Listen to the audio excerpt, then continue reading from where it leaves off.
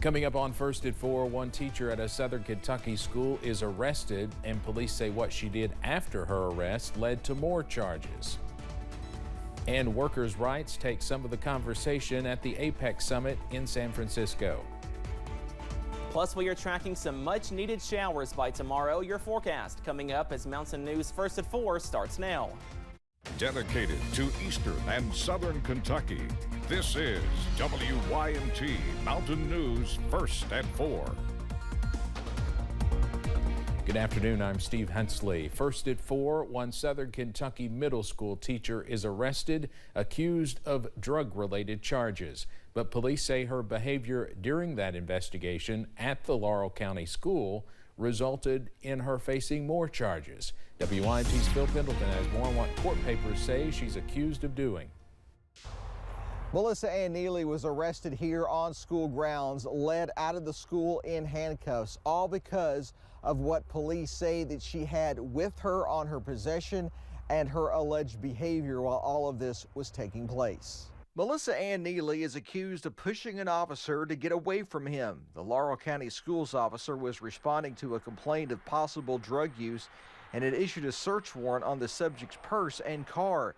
While being told an investigation was underway, police say she refused to stop and the officer had to keep her from going in that direction. And at one point, she tried to push her way through the officer. It all stems from an investigation in which police say pill bottles were found, one of which contained the improper medication for a controlled substance.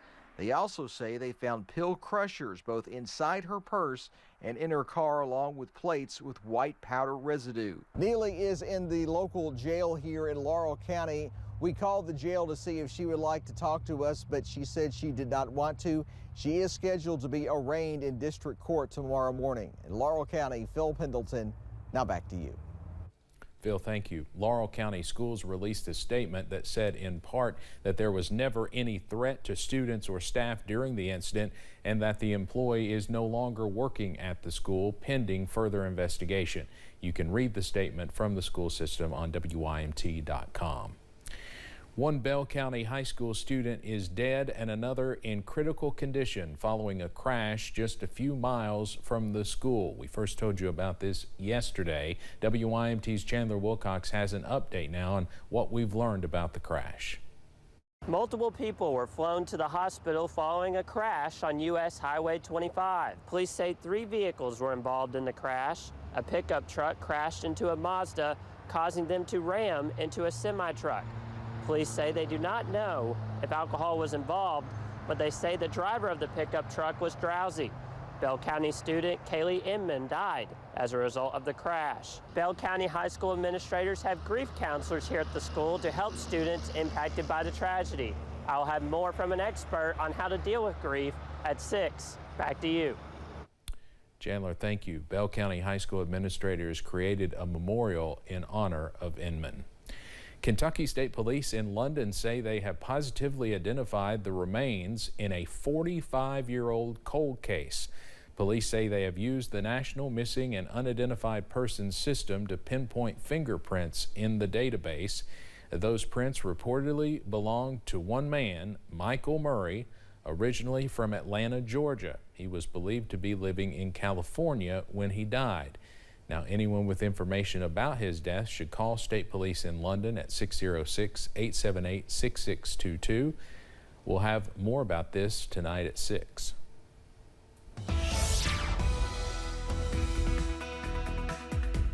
Well, we are tracking one more dry day across the mountains on your Thursday as those rain chances are looming as early as tomorrow. But this afternoon, check this view over at the London Corbin Airport. We are dry, also mainly sunny. That temperature also well above average at 72 degrees. Most of us in the middle to lower 70s at this hour, up to 73 in Somerset, 71 for Jackson, and 72 for Harlan, also Hazard at this hour. So once again, we are well above average on your Thursday. Up on first alert, pinpoint Doppler, we are tracking that dry spell to also continue into this afternoon, all thanks to high pressure. As we zoom out, you can see that area of high pressure sitting over the eastern coast, and that will continue to pull in some more drier conditions as we go into this evening, also tonight. But as we zoom out, we are tracking a cold front over Nebraska, also the Dakotas, and that will continue to push off into our direction. So some more showers on the way as we go into your Friday. But this evening we stay dry, also mild temperatures back in the upper 50s and lower 60s,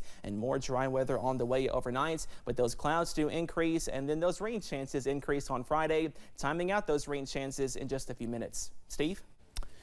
All right, thank you, Cameron. Acting Secretary of Labor Julie Su and Secretary of State Antony Blinken gathered with labor leaders and workers' rights advocates today on the sidelines of the Asia-Pacific Economic Cooperation Summit in San Francisco. During her remarks, Su said for the first time, the United States will use a whole-of-government approach to elevate labor rights around the world. And how the global demand for cheap labor also makes workers vulnerable in every part of our globe. And in the Biden-Harris administration, we are using every tool we have to stop this.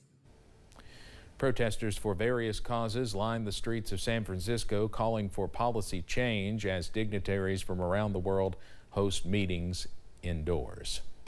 Coming up on First at 4, local businesses in downtown Hazard team up to provide shoppers with a head start to Black Friday.